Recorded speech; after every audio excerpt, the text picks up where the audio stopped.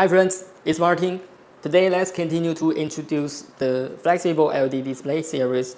Its model is P2, so its pixel pitch between two pixels would be 2 millimeters.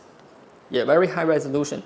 Its standard size is 320 millimeters by 160 millimeters.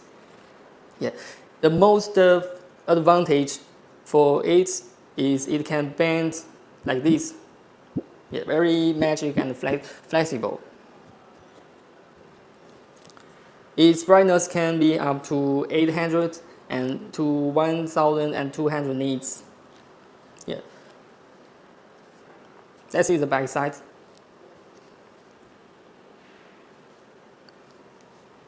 Yeah, you can see many magnets behind it.